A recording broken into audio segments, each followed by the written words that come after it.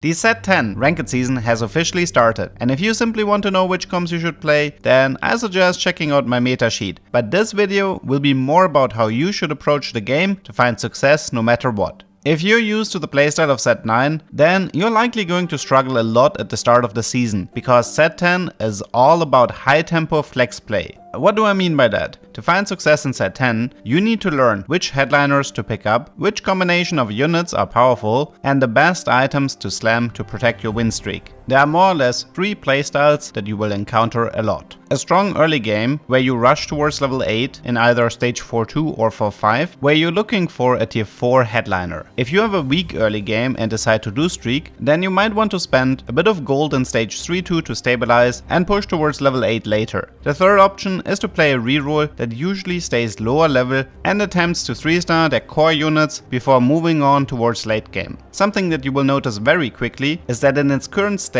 level 7 is quite worthless, because it does not offer you any tier 4 headliners. Outside of playing a reroll comp, you should set yourself the goal of avoiding level 7 as much as possible. While late game comps were often based around level 8, in this set you will encounter a lot of players that reach level 9 and cap out the board with a mix of legendary units. If you are in late game and still at level 8, then you're likely going to get outscaled. My next tip is to pick up spatulas in the carousel. If you learn how to properly utilize the emblem for pentakill, jazz, heartsteel and true damage, then you will have a much easier time in ranked. Other emblems like KDA, emo and punk can still be good, but they are much more situational. I should also mention that you won't reach prismatic traits very often, but if you do, then you almost have a guaranteed win at your hands. For example, KDA requires a chosen, 2 emblems and level 9, which is quite rare, but not unheard of. Positioning in set 10 will also look quite different. There are no assassins, and the only real backline access comes from Karthus and Akali, but you should still think twice before putting your carries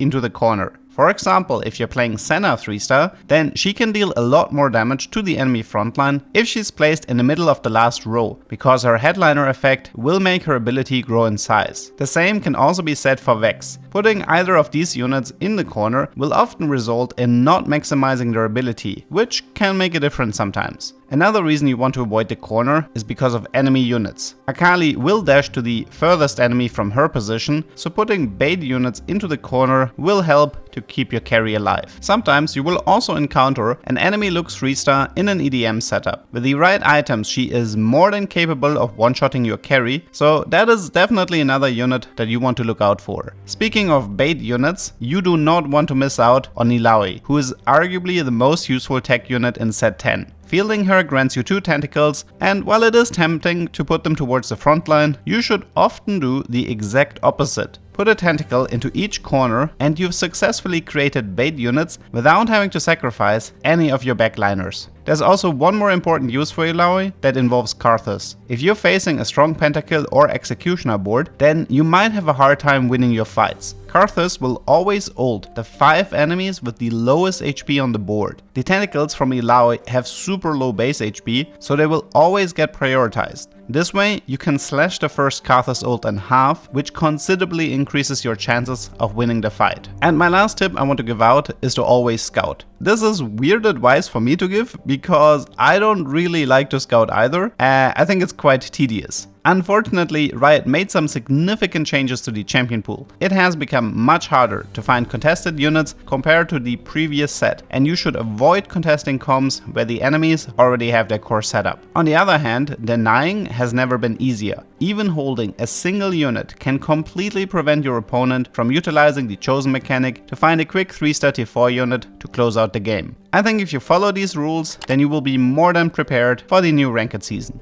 I hope you learned something, and see you next time. Yeah. GG.